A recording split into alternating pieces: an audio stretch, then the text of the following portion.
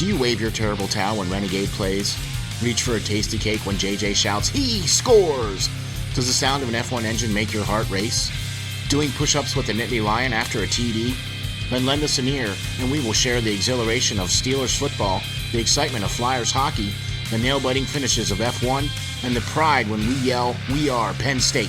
Welcome to the SteelFlyers Show, the strangest combination of sports fandom since pineapple was put on pizza. Not enough O's and smooth. It's your host, SteelFlyers. Thank you. That is the always delightful and lovely co-host, Ronies. The Flyers just might be getting closer to a top 5 pick.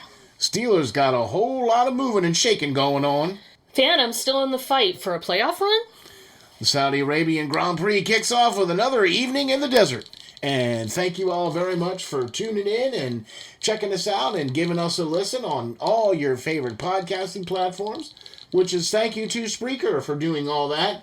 All you have to do is go to your favorite podcasting platform, which would be Apple, iHeart, Google, or name it, and type in SteelFlyers Podcast, and the name will pop up, and you hit the like, and you hit the subscribe, and you give us the 5 stars, and that helps us to get up higher in the rankings. So thank you very much for that.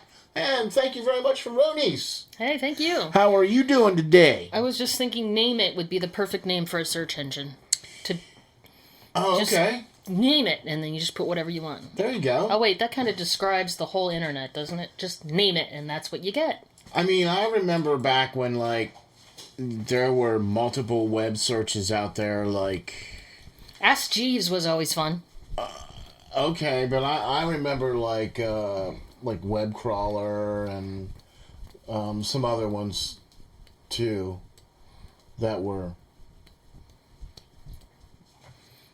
fanning. So welcome to season 2, episode number 22, and we're back.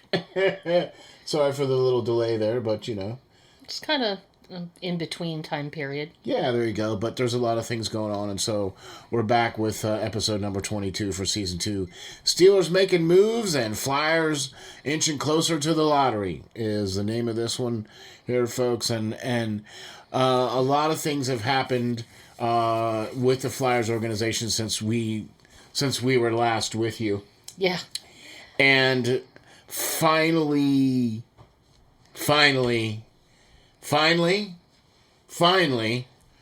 Chuck is gone. Uncle Chuck has been shown the door. He is not going to be the president of hockey ops. He is no longer the general manager. He is gone, out, done. See ya, bye, adios, 86. Bye. Yep. Just for the record, this was 4 years past due. Yeah, we've talked about it a lot. In fact, he probably should have never have been hired as the general manager of the Flyers because his past track record is horrendous. And the fact that he was brought in here and did absolutely nothing, in fact, made the team worse and gave the team even more of cap strapness and everything else like that. Here's what I found interesting about the whole thing that I think didn't come out right away is Dave Scott, the outgoing CEO, did not consult with anyone before firing Chuck Fletcher. Well, and they were not happy about that. Well, see, here's the thing, right? And this is one of the things that I want to get into with this whole, and I'm glad you brought that up because this is one of the things I want to get into. Danny Briere has been named as the interim general manager, and he's already started signing some prospects, Emile Andre and stuff he's already bringing in, and the like and things like that. So good on Danny Briere as the interim GM. He's been groomed to be in this position. He's been given the title of special assistant to the general manager for this coming season, or this past season that we're in now. And to be honest with you, I don't foresee him being the next general manager of the Philadelphia Flyers. Okay? And I'm going to get into that here in just a little minute. So, based off of what you just said, that Dave Scott did not consult the quote-unquote powers to be within the Flyers hierarchy of organization here. And that being the Bob Clark, Paul Holmgren, and Barber. Yes. Okay. Now, these three gentlemen have all been huge, major factors for the Philadelphia Flyers in the past as players. They brought championships, Stanley Cups, and everything like that to the Philadelphia Flyers. It's at the point now, though, where the game has gone past them, and it's time for them to no longer be advising for this team, in my opinion. Okay? Thank you for your service. It's great that you have been with this team for so long, that you brought championships. Your name is on the cup, and God bless you and thank you. But why can't you be more like Bernie and just be, around town and shake hands and sign autographs? Right. Can you do that now, please? Please? Can you do that now? Okay? Come to the alumni games and sign the autographs and give out the pucks instead of trying to be advisors to this team, because clearly what you all have done has not worked. No, and it gets worse every year. So here's the other major thing, too, that's kind of going on, is that the aforementioned Dave Scott is going to be stepping aside as CEO here very, very shortly, if not sooner rather than later. Right. Dave Hillegarty has been hired as the new CEO of Comcast Spectacor Entertainment, which includes the Philadelphia Flyers. This guy, Dave, is, what did I say his name was? Hilarity. Hilarity, yeah. Hilarity, whatever his first name is. I can't remember. Yeah. But this guy is an Ed Snyder supporter of all the Ed Snyder Foundation things, and is also a season ticket holder who has been a season ticket holder for a very, very long time, and is a Philadelphia guy. I'm encouraged by this signing of a new CEO to replace Dave Scott. Now, Dave Scott is still going to remain as the governor of whatever that frickin' means, so... I'm still holding out for Booth. I'm holding out for Booth, man. All right, well, so now we'll get into... There's a lot of stuff going on here with the Flyers, okay? The fact that this team is as bad as it is, and they're actually, with the current crop of losses here, which has been a couple of them in a row here now, the team is even though they're going to overtime and getting points, they're still they're currently now in 5th place right now. Really? Yes. That's higher than I thought they were. You're right. Last time I looked, they were like an 8th. Right. Okay, right. So, and the last time I think we were with you guys, they were in 8th or something like that. But the Flyers are now in 5th. So you continue to lose, and teams around us continue to win, like Arizona, like Chicago, like, those teams continue to win, and we continue to lose. That's getting us closer and closer to a lottery pick. Okay? Right now, the Flyers have an 8.5% chance. Yep. 8.5. Hey, man. So you're saying there's a chance. So, right. So you're saying there's a chance. We have not been mathematically eliminated. What, from the playoffs? Yeah. Really? You're kidding. That's what, No, the 8.5% chance is for the lottery pick. Oh, okay. Not for the playoffs. I thought that was for the playoffs. Oh, no, No. If we're in the top 5 in lottery, that means we're in the bottom 5 in the league. Okay. Yeah, there's no playoffs this year for the Flyers. And no, that's a nice sentiment, but no. So let's say that the NHL, for some reason, enters Bizarro World, and we actually get the first pick in the lottery. You mean if the Flyers actually do manage to finish with a bad enough record to qualify for the lottery pick? and actually do land the first pick. Right. Well, first, let's cover a couple other things first. Okay. Okay? With the whole new interim GM and Dave Scott stepping away as CEO and Larry stepping in as the new CEO, this could be an opportunity for this team, which they very much need to do, is to rebuild from the top down. Danny Briere came out and said the word rebuild in his opening salvo press conference, and used the word rebuild. And you have to look at this team like that. And you cannot look at this team and go, this player is safe, this player is not.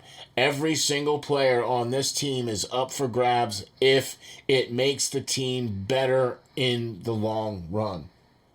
Okay. Now, is there a core set of players you'd like to keep? Yeah, probably. There's you know a couple. what I mean? Yeah, there's a couple. But honestly, you have an opportunity to trade away some players, some chip players like Carter Hart, like TK, like anybody else like that. Who cares? You do it. You make that deal. If that call's coming, you make that happen. Okay? Because you need draft capital. And you need cap relief. Because right now, the Flyers are projected at $4.6 million of cap relief at the end of this season. That's it? That's it. And there are multiple UFA and RFAs at the end of the year that need to be resigned, and Cam York is one of them. Yeah. Okay? So there's a number of guys that I don't care if they go, but Cam York needs to be re-signed. But like I was saying, there's a lot of opportunity here for the Flyers to make some huge and major changes within the front office, and I believe there is going to be some changes in the front office, and I also believe there's going to be some changes throughout the rest of the organization as well, especially with a new general manager going to be coming in, and you don't they think... may want to hire a different coach. I mean, you gotta. This is one of those things where you have to look at, if they come in and if they hire a general manager and the general manager may want to have a different coach than John Tortorella, I mean, you got to look at all these different things. Do you know what I mean? All these different facets that might be going on here with this team. There's a lot of moving pieces is what you're saying. Not only within the roster, but within the cap, within the front office, and now you're going to have it within the coaching, because I imagine that you might see a change with the Phantoms and see some coaching changes there. I would like to see the Phantoms playing the same system that the big club is playing. I don't care who the coach is. Right. I would just like to see them play the same system so they don't have to take 2 or 3 games to get acclimated to a new system now. You know what I mean? It's like, wait a minute. Yeah, we've talked about that, where it's like it's stupid. I mean, yeah, it is. I understand you're still playing hockey, but okay, hey, what do I know, right? I'm just a professional observationist. Amateur observationist. Professional observationist. Oh, I've been doing it. Oh, I've been doing it for 32 years now. I think that makes me a professional. Okay. Observationist. Is there a license for that? Is there like a degree somewhere? No. The degree is that of life. Uh-huh. Okay. And so that in turn gives me license to say, hey, I'm just throwing it down there. You know what I'm saying? This is what I see. You know what I'm saying? So. Okay. At any rate, I believe what they're also going to do is change the general manager and president of hockey operations. Is going to be 2 separate jobs, which is what I believe it should be. And quite honestly, that might not be a bad gig for Danny Briere.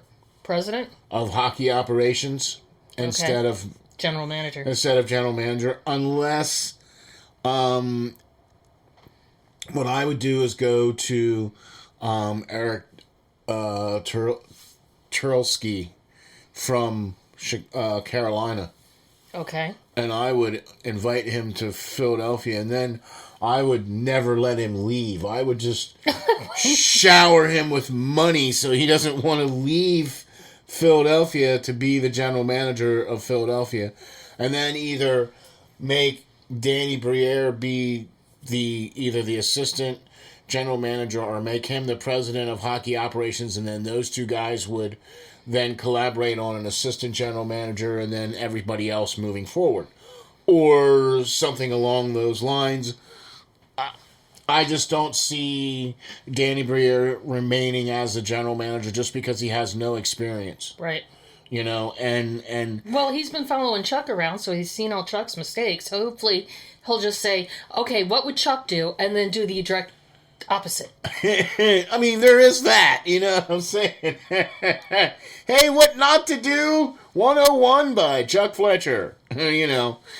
Some other interesting things going on here. The fact that with some players being out and or such, TK being out now, probably going to be done for the season. Yeah, so that's not the best news. But Couturier is skating and might potentially come back for the last 10 games. Who knows? Just, at this point, just let him heal. I mean, don't even bring him back. No, I would like to see him. Really? Yeah, I would. What if he gets hurt again? Okay, but... Is it really worth it? Okay, but I would like to see the guy skate and play. And, yeah, I would like to see him. If he wants to come back and play for the last 10 games, I want to see it.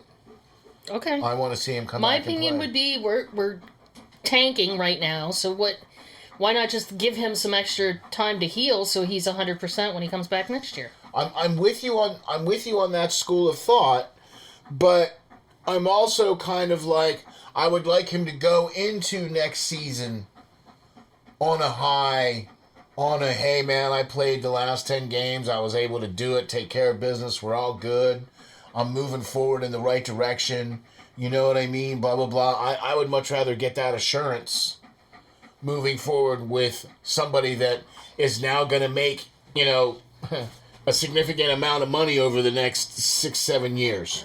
Yeah. Do you understand what I'm saying? Yep. Okay. So, if he wants to come back, let him. Okay. And if we need to shut TK down, shut him down. You think he's going to get traded, don't you? Who? TK.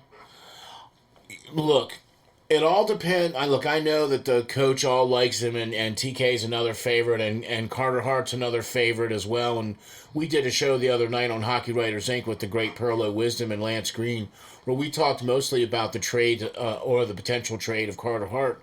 And I'm all for that. I really think that you need to move some key young pieces, or younger pieces, in order to be able to open the floodgates to get some of the things that you need to get for this team moving forward. So there's some moves that need to be made, not just on the player side, on both teams, in the fans and the Flyers, but there's going to need to be some front office changes, and there's, you know, a lot of other things going on. And then, you know, if Couturier wants to come back, cool. TK's done. Nobody's safe. Everybody's on the block. Which is the way it should be. Yeah. Honestly. I mean, we're cap strapped and we have no high end talent. We have no draft picks, right? We have no second round draft pick right now. Right now. Okay. So you couldn't move.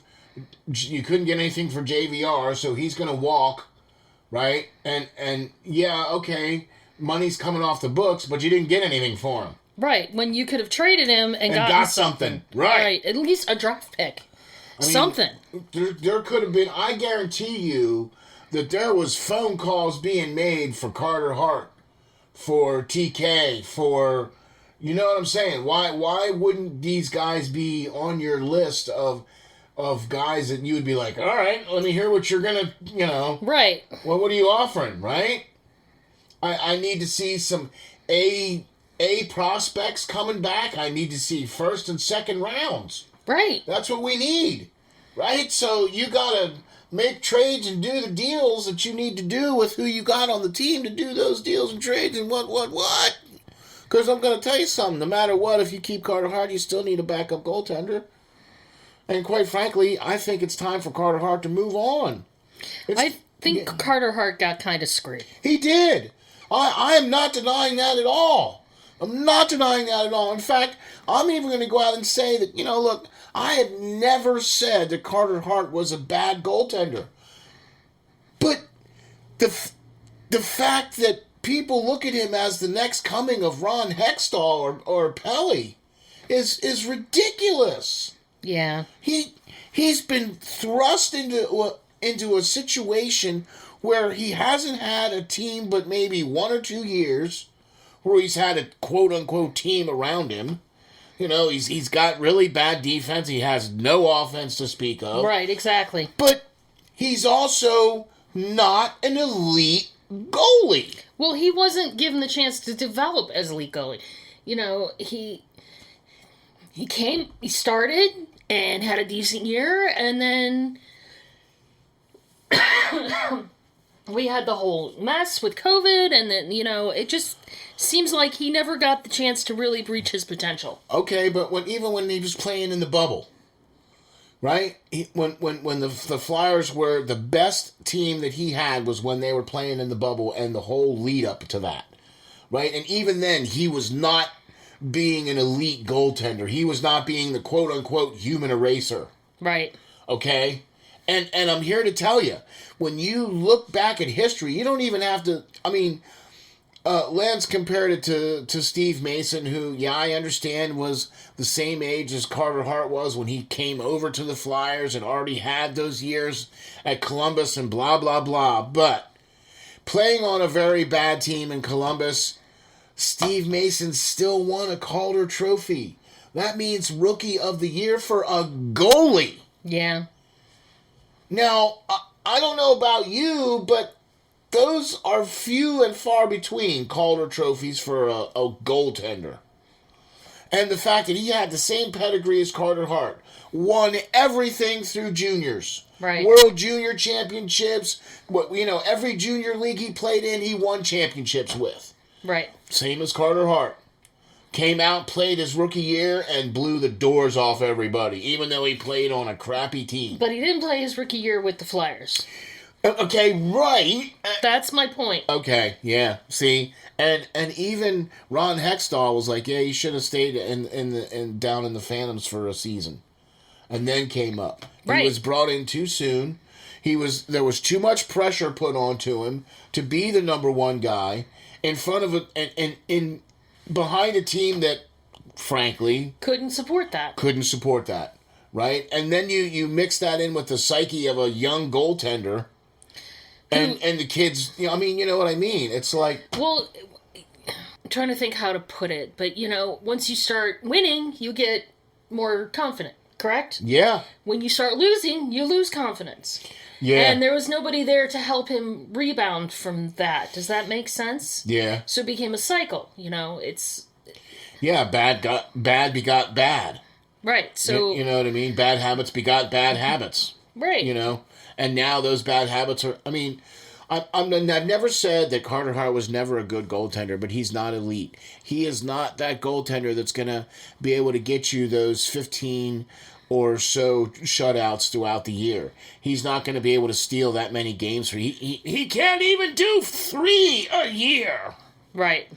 Okay? To me, when you can start stealing games like that, a year, like 5 or 6... At least. What is the average for, the league? Do you know? 5 or 6? Okay.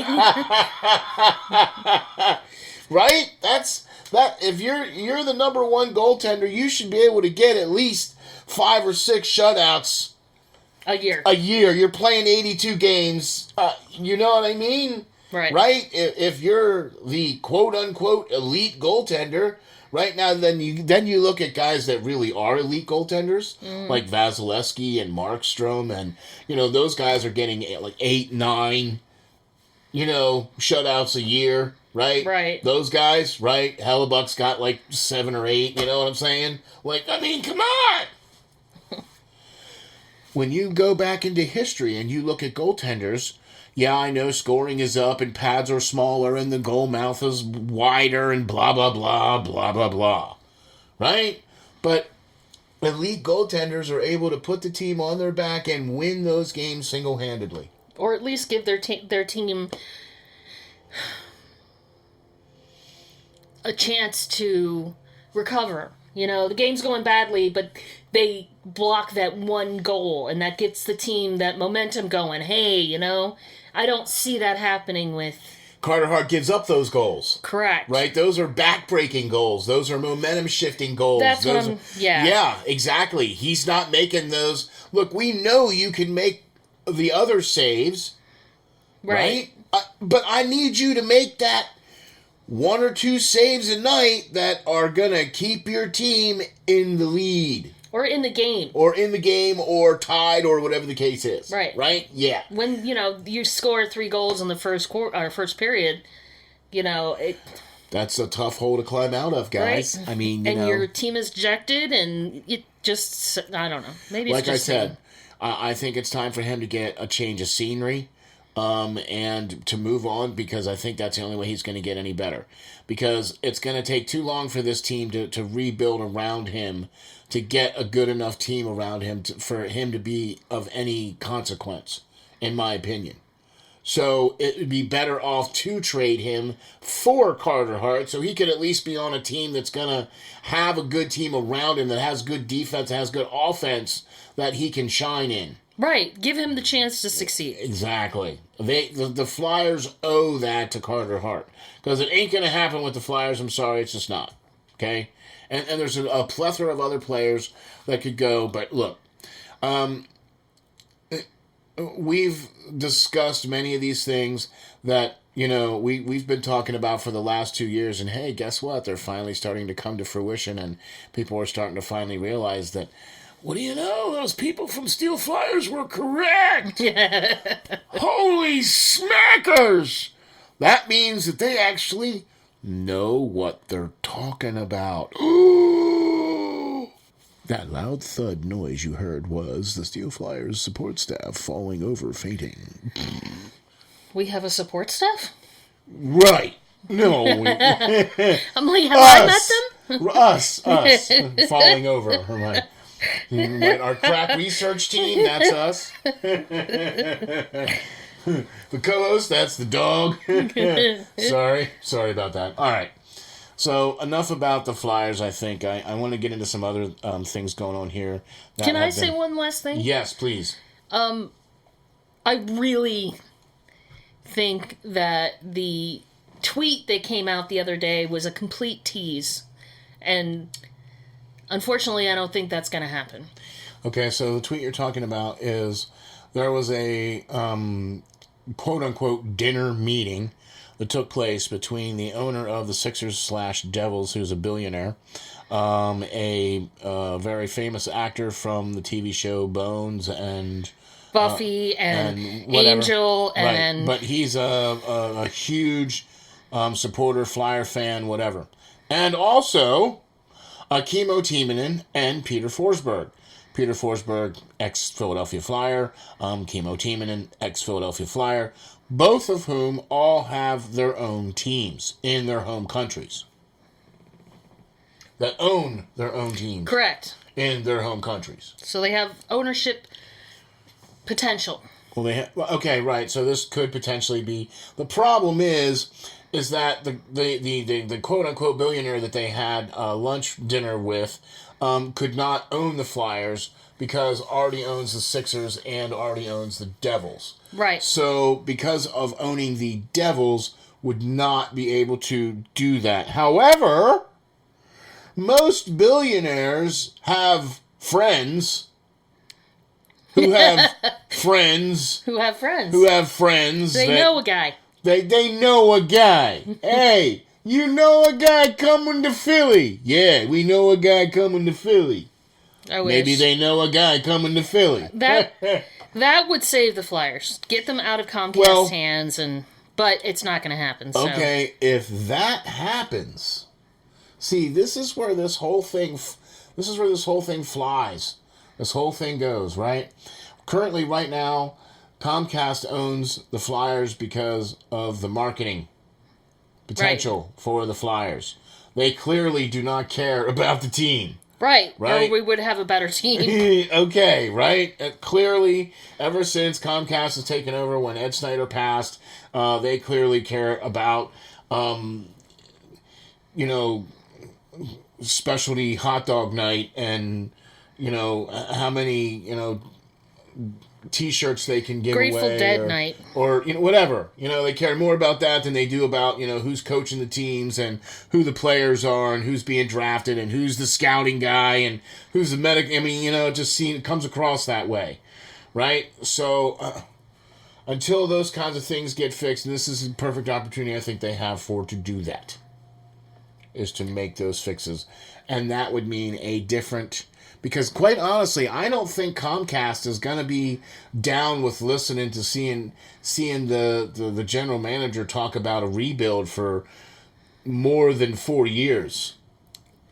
You know what I'm saying? Okay, and that right there would potentially allow Comcast to go, okay, so it's going to take the team 4 or 5 years. Yeah, we don't really want to be a part of that, so let's... They could sell the team and they probably could make money off the deal. Who knows? But the team is worth like $1 billion, right? I've heard 1.4. Right, yeah, see, what? Come on, and it's one of the cornerstone franchises of the league.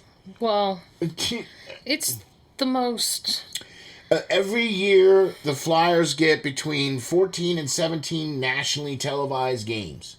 That's true. Okay? That's like second most in the league. Yeah. Right? So, next to like the Stanley Cup winners. Right. Stanley Cup winners get a couple more games, but not many. So... And another thing too is that a lot of the NBC and the Philadelphia sports affiliates through Comcast are jumping ship too because they're all getting out of sports. Right. Okay, so the NBC affiliates, which is owned by Comcast, they're getting out of sports. Because it's just not what they want to do anymore. But it's not making them the money. It's not getting them what they want. Right? So they're getting out of it. And I'm hoping that that's the case. And if that is the case, then we can get a group to come in and buy the team and do the things for the players that need to be done and, that kind of thing and do right by the organization. So that's kind of what the hope is. So... We'll keep our fingers crossed. Hey, we can dream, right? But, hey, I would like to talk about your Pittsburgh Steelers. Boy, have they made some moves, man. With Omar Khan as the new general manager, they have stepped outside of their normal realm of operation and how and when and where they do things. And, boy, they've made a huge amount of changes right off the jump. Is that what they've not been doing? Yeah, normally Pittsburgh is not a... they don't usually... I mean, they completely gutted the linebacker room with... Well, Spillane left, and then they released Miles Jack as well. You know what I mean? So those are two guys that went away, and Cam Sutton signed. With someone else. Yeah, with someone else as well, too. So, and Bush left to go to Seattle. So, I mean, there was a huge amount of openings there in the linebacker room. And also with Cam Sutton going away, that left a huge gaping hole in the secondary as well, too. Who do you think that left that we're going to miss the most? Well, I'll tell you what. So, let's just throw some things out here. So, Cam Sutton on the button is out, but the Steelers signed from the Minnesota Vikings Patrick Peterson. Okay. And I'm here to tell you, I think he's an upgrade. Yeah? Yeah. All right. Taller, bigger, faster, stronger, more shutdown, better cover, better... I mean, not that I didn't like Cam Sutton, but I think he's an upgrade to Cam Sutton. Okay. Okay, and I think that was a pretty nice move. Yeah. I think that was a pretty nice move. I think he signed to a 2-year contract with the Steelers here just the other day. Signed to a 2-year Like last contract. week or something. Something like that, yeah. Because the league the league officially started here at the beginning of March. So now they're able to do these moves and whatever the case is, right? So, but I'm really excited about Patrick Peterson coming in from the Minnesota Vikings. Their defensive cornerbacks played really well this year, and he had pretty good stats to go along. Good interceptions and cover guy, and you know what I mean. So we'll see. We'll see how things go with this guy. And like I said, I think he's going to be an upgrade to Sutton, even though we lost Sutton. So I think he's going to be an upgrade. Okay. So you're not unhappy about that? No, not unhappy about that at all as well. There's a couple other things that I do want to talk about before we get into what I talked about at the opening about the linebackers, and that is also the offensive line. Okay. So they have added a guard who used to play for the Jets and the Eagles. Okay. Okay. And his name is Nate Herbig. 6'4", 334 pounds. He, like I said, he played with the Eagles and the Jets. He pretty good guard. I all signs pointing up for this player. Okay. To be added into the rotation here. You know what I mean? So we'll see how things go on the offensive line. I think there's going to need to still be some tweaking that needs to be done. So I think there might be some more moves that might happen on the offensive line. Who knows? Or depending on how the draft goes. Maybe we'll get a couple of rookies? Whatever. We'll see how that goes. I definitely think that they need help with tackle, and I think they need some guard help as well, too, or a center or something along those lines, even though everybody played really well last year. I still think that if you can upgrade it, why not? Why not? Yeah, that makes sense. So if you can upgrade it, why not? Also, another key defensive thing here as well is that Larry Ogunjobi was re-signed to a 3-year contract. Okay. As well, so he'll be back on the defensive as a defensive tackle. I'm sure the sportscasters are thrilled with that one. With that, some names are just like tongue twisters, you know. Yeah, because we got Okorafor as our left tackle on the offensive line, and then we got Okeechobee, and you're like, wait a minute, how do you say that? Oh, by the way, the Steelers had Fumatuma Afala. Yeah, say that 3 times real fast. Uh-huh.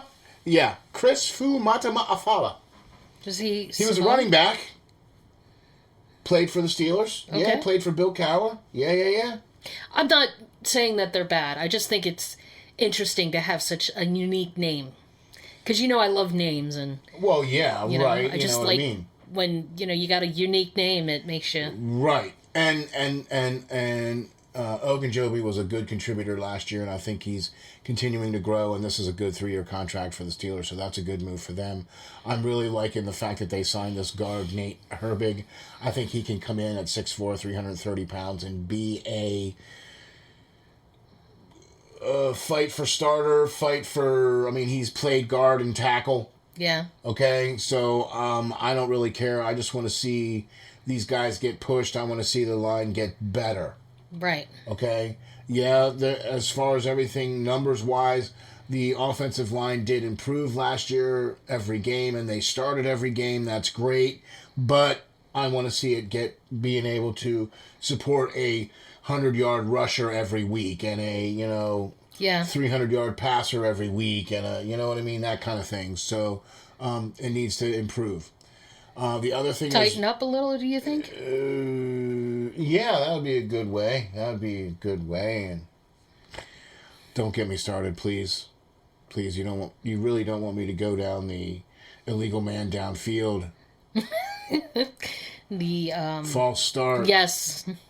Every game. I mean, at least 4 illegal man downfields or false starts or illegal shifts or... Illegal formation. What are you doing, man? It's Although called Offense 101. That might have been Matt Canada, so we'll see. And everybody's coming back, except for Brian Flores, so, We'll see. We shall see. Another player that was added to Pittsburgh this week as well was linebacker Cole Holcomb from the Washington Commanders. He was a 5th rounder from 2019, and he was their defensive captain last year in 2022. Led their team with tackles, passes, defends of 10 tackles. I think he had 107 tackles. He had 10 passes, defend, 15 tackles for loss. So, I mean... Not a bad guy, not a bad player. I mean, he was their defensive captain. Right. So, all right. Leadership. Yeah. Leadership. That's a good thing. And I like the number of pass defends and things of that. He had a couple of sacks. I mean, he's a linebacker.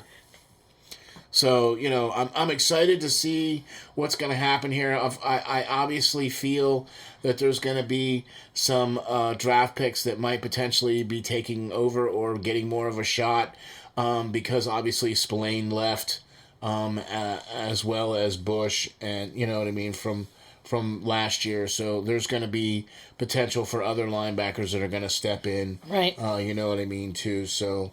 we'll see how that goes. Marcus Allen was also released, and some other players too. So I'm excited to see what's happening with the Steelers this year. I really want to see them, if they do not do anything in the rest of the free agency market, I would like to see the Steelers still draft in the first round a tackle or a center or an offensive lineman or something. Right. Along those lines. I would still like to see them if they have a chance to get a cornerback. You'd really like that. Who would you like if they Joey Porter. Yeah. That's Joey what I was Porter wondering. Jr. Yeah, all day long. I think he fits perfectly in with Pittsburgh. I think he can be coached up. He has all the tools. Okay. To be a hard-hitting, shutdown cornerback in the NFL. Okay. I really think he does have the tools. And he's got the mentality, he's got the pedigree. Right, but that doesn't necessarily mean that...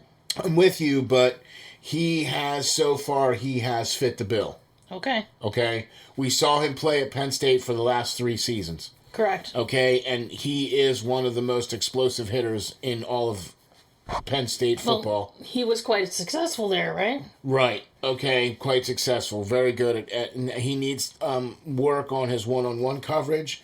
He needs work on high points of the ball. But other than that, guy's a good player. He needs to get a little bit better form on his tackling. But other than that, he's pretty good, man. You know what I'm saying? He's got the talent. He's got a lot of upside. Yeah. Right. A lot of upside. He's in the top 5 of cornerbacks available for this season. Okay. For this draft in this season.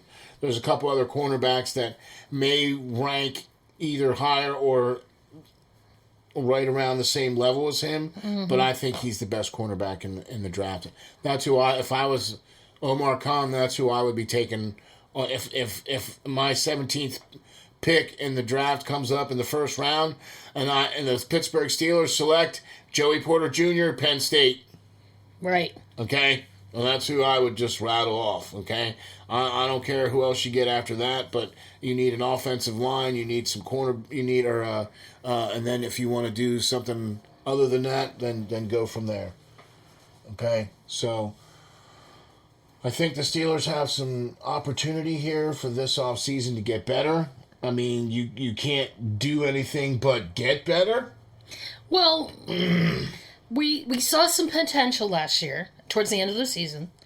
So we're hoping they carry that potential over to the next season. Well, we're going to see Kenny Pickett be the number 1 starter from day 1. Well, that helps. Okay, exactly. I think that's going to help.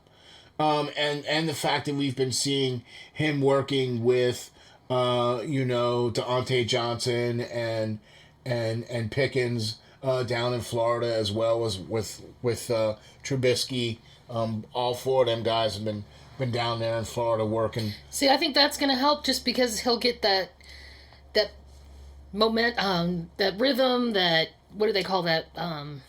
Camaraderie, that relationship, that, always knowing where that guy's going to be, and, getting that rhythm, That's the word I was looking for, rhythm. Sense of, yeah, exactly. Everybody all being on the same page. Hey, how about that? What do you know? Wouldn't that be an awesome thing? So that's what I'm looking forward to the Steelers, especially the draft coming up here at the end of April. So not too far away from that. They just had the combine, and now they're going to do some interviews where they'll invite some players, and they'll also be attending player days. Right. For the next little while here, leading up to the draft that's going to happen here at the end of April. So the Steelers pick 17th. In the first round, and then they have the first pick in the second round. So that's virtually 2 first-round draft picks as far as I'm concerned. But I'm looking for the Steelers to hopefully pick 2 really good players right off the bat. I'm hoping. Yeah, I'm hoping somebody so too. that can hit the ground running. And that's kind of what they need. Do you know what I mean? They need some players that are going to be able to, hit the ground running, So I'm with you on that. I also would like to say, too, that this going to be the second year with Kenny Pickett, especially with him being the number 1, the clear starter. Right. The one that's getting the top reps. Right. The one that's getting, the whole 9 yards. That, I think, is going to be the key difference in coming out of the gates strong. Right. Okay. And I can see that. Yeah. Okay. So we'll see how that all pans out and how that all works and blah, blah, blah. So let's switch back again to hockey, shall we? Well, swing. Yeah. Yeah. Swing. Hey, we're going to do some Phantom Phacts. That's right. The Lehigh Valley Phantoms are, with 11 games left for maximum points here, are fighting for a playoff spot here in the AHL playoffs. And the reason why we like to bring this up is because we like to follow the Phantoms because they're obviously the farm team for the Flyers. But a lot of the draft picks have been playing for the Flyers, or for the Phantoms the last season or two, with Tyson Forrester. Cam York came up through. Bobby Brink is now back playing with the Phantoms, so that's really good. He's been looking good and playing better and getting better as he's come back from injury, so that's always good too. Our prospects, Zamula has been playing well. Ronnie Attard been playing well down there in the Phantoms, and they're fighting for a spot, man. They're tied with Utica Comets right now with 68 points. All right. Okay, so the Phantoms are listed as, I believe, 6th, and Utica is 5th. Utica. Okay, the Comets. Our favorite broadcasters, hometown. But anyway, and 11 games left, though, so maximum points. They need every point they can get. Right, okay. And so their next 2 games are against Wilkes-Barre, the Baby Pens. Okay. Right? So those are their next 2 games. And they're coming out off of a 2-game skid. Okay? Yeah. They've lost 2 games in a row now. And one of them actually at a Hershey. Here, not to just the... yeah, that was the one that was on the NHL Network that we watched. Yeah. That was... and they lost that game, too. So that's a tough blow because Hershey's like the top of the league right now, and they really needed to win that game. Even though they are 6-3-1 in their last 10 games, they are still on a 2-game losing skid here. So they need these next 2 games here with the Wilkes-Barre Scranton Penguins, so they can get those potential max 4 points. You know what I mean? And so they want to get ahead of the Comets, obviously, so for a playoff bid. And we're excited. I want to see the Phantoms try to make it into the playoffs and see how that would be awesome. Right. We'll see, Nice to have a team in the playoffs playing hockey. That are quote-unquote from Philly. Even though they play in Lehigh Valley. Whatever. It's 150 miles outside a major city. That's major city. Right. Yeah. See, there you go. It's like when you grow up outside of Chicago. It doesn't matter how far out. If you lived in the northern west part of Chicago or of Illinois, you were from Chicago.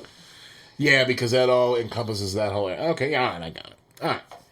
So, with that being said, we will move on to... Go Phantoms. Go Phantoms. So, like I said, they have, I believe it's a game tonight, Sunday, and then there's their next game is, I believe, next Saturday. So, but their next two games are against the Baby Pens, and they need those two games because they need those maximum points to try to get up higher into the standings and get that playoff spot. So, go Phantoms. Folks, after the next topic we're gonna talk about here, our final topic of the show is gonna be the Formula One. Now that Formula One is back, it's back, man. It's back. Oh baby, it's back, and we like that open wheel, engine pounding, race screaming. I mean, it's awesome to have the cars back. It's awesome to have the drivers back. There's a lot of young drivers in the lineup this year as compared to some other years. There's been some swapping around of some drivers into some other teams. The key major one has been the Vettel retirement, and then Alonso picking up in the Aston Martin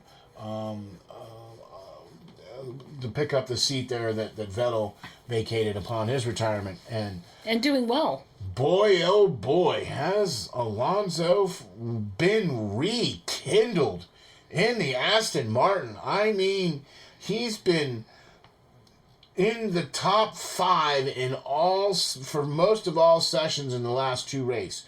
The first race was Bahrain, and now this one here in Saudi Arabia. He's been leading the sessions, and he's in the top 3. Yeah.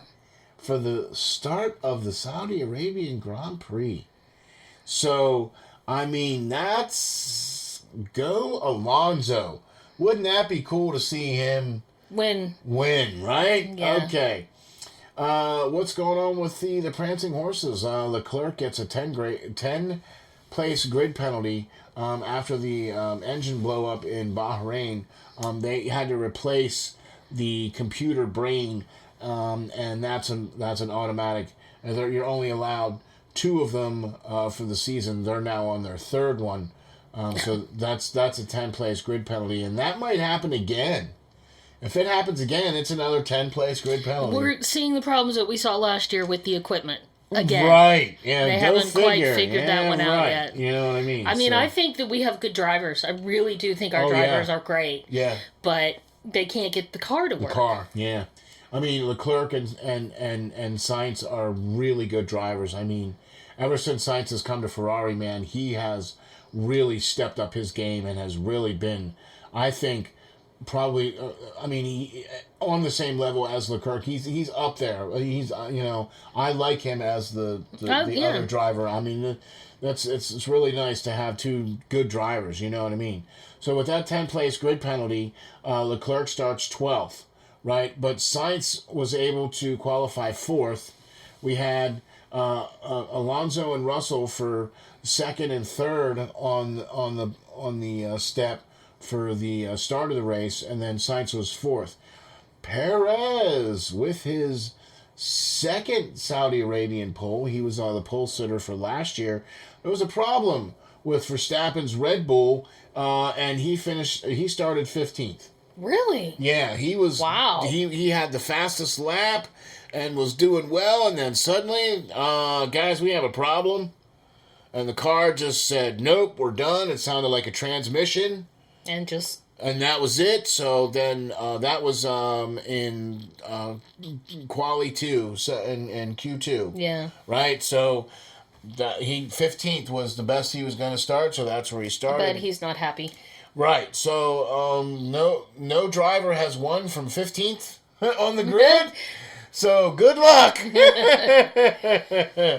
Right? So good luck with that. You know what I mean? But that's what's going on there. So we got Perez with pole, and then you got Alonso, and then Russell second and third, and then Sainz with fourth, and then LeClerc down there in 12th after his penalty. So will be exciting, and we'll be reporting the results of this race in our next show. So, Moniz, thank you very much. Oh, thank you. Oh, man, this has been awesome. It's fun. It's good to catch up. It is. It's good to catch up, and it's good to be back in the saddle again. And we're going to be starting to talk about the NHL is going to be ramping up here with the playoffs, not for the Flyers.